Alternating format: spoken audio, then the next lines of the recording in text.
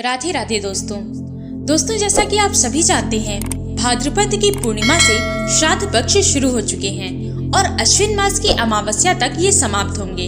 ये दिन पितृ को समर्पित होते हैं।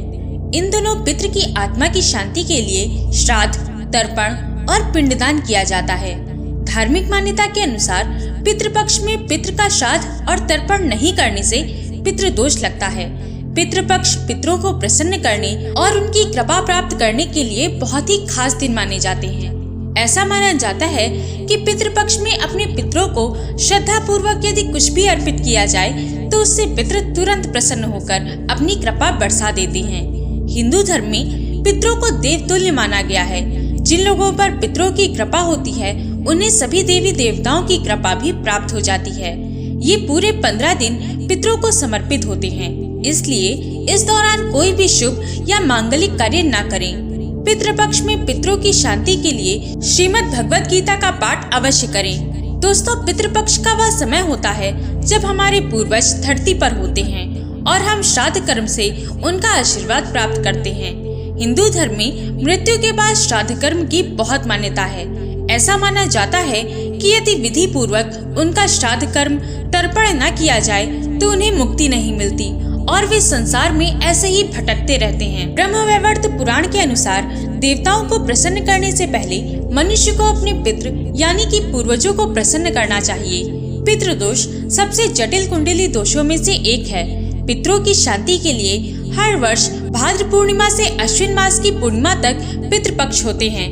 इस समय यमराज कुछ समय के लिए अपने पास से पितरों को मुक्त कर देते हैं ताकि वे अपने परिजनों से श्राद्ध ग्रहण कर सकें। माना जाता है कि जिस घर के लोगों पर उनके पितृ प्रसन्न होते हैं उन पर देवी देवताओं की कृपा भी बनी रहती है। शास्त्र के अनुसार जिन लोगों के पितृ उनसे प्रसन्न नहीं होते उन्हें पितृदोष का श्राप लगता है, जिसके कारण वे घर के लोग ना तो कभी जीवन में सुखी रहते हैं और ना ही कभी जीवन में सफलता प्राप्त करते हैं। दोस्तों, आज के वीडियो में हम आपको पितृपक्ष में किया जाने वाला बहुत ही आसान उपाय बताने वाले हैं, जिसे करने से आपके ऊपर भगवान विष्णु और माता लक्ष्मी की असीम कृपा प्राप्त होती है।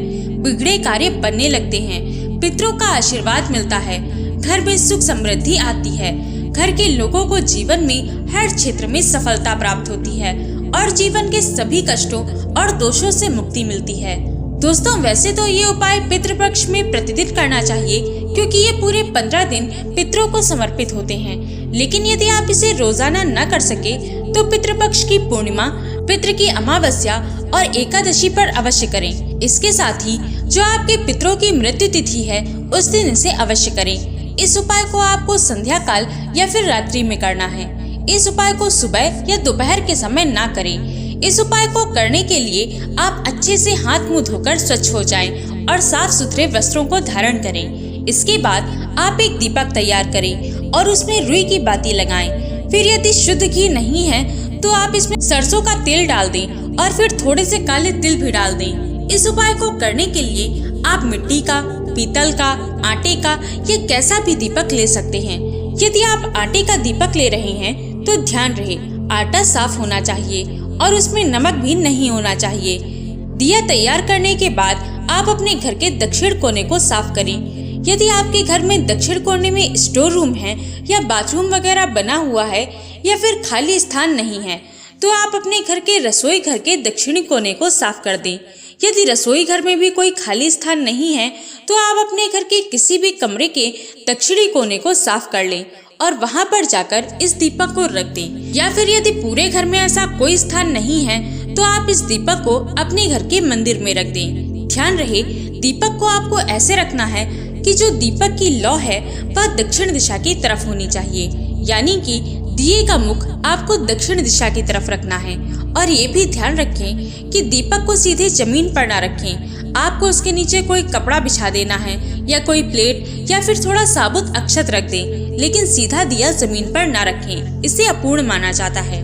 दीपक जलाने के बाद भगवान विष्णु को सबसे पहले प्रणाम करें और उसके बाद माता लक्ष्मी को प्रणाम कर भगवान से अपने पितरों की आत्मा की शांति और मुक्ति की प्रार्थना करें। इसके बाद भगवान विष्णु का मंत्र ओम नमो भगवते वासुदेवाय, इसका 111 बार जाप करें। फिर अपने पितृदेव के मंत्र ओम पितृदेवाय नमः।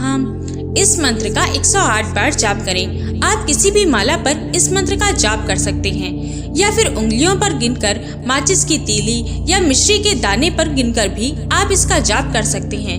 ध्यान रहे, इन मंत्रों का जाप आपको दक्षिण दिशा की तरफ मुख करके ही करना है। शास्त्रों के अनुसार दक्षिण दिशा पितरों की दिशा होती है, यहाँ उनका वास होता है। श्राद्ध पक्ष में इस प्रकार से दीपक जलाने और मंत्र का जाप करने से पितरों की असीम कृपा आपको प्राप्त होती है और पितृदोष दूर हो जाता है। मंत्र का जाप करने के बाद आप अपने पितरों को, पूर्वजों को प्रणाम करें और उनसे अपने जीवन के सारे कष्ट, दुख, दरिद्रता इसे दूर करने की प्रार्थना करें। दोस्तों, जब आप इस उपाय को करें तो कुछ बातों का ध्यान अवश्य रखें। पहले, स्वच्छता का ध्यान रखें। स्त्री मासिक धर्म के समय ये उपाय न करे, कोई जरूरी नहीं है। इसे घर का कोई भी एक व्यक्ति कर सकता है। इसके साथ ही आप पितृपक्ष में तामसिक चीजों का सेवन न करें। मीट, मच्छी, अंडा, शराब, धूम्रपान इत्यादि का सेवन न करें और इस दीपक को स्वयं के घर ही जलाएं। अन्य किसी के घर आप अपने पितरों के दीपक को नहीं जला सकते हैं। इसके साथ ही कोई शुभ या नया कार्य पितृपक्ष के दौरान न करें। नाखून और बाल न कटवाएं, दाढ़ी मूछ भी न बनवाएं। पितृपक्ष में गाय, कुत्ते, बिल्लियां, चींटियों और ब्राह्मणों को भोजन अवश्य करवाएं।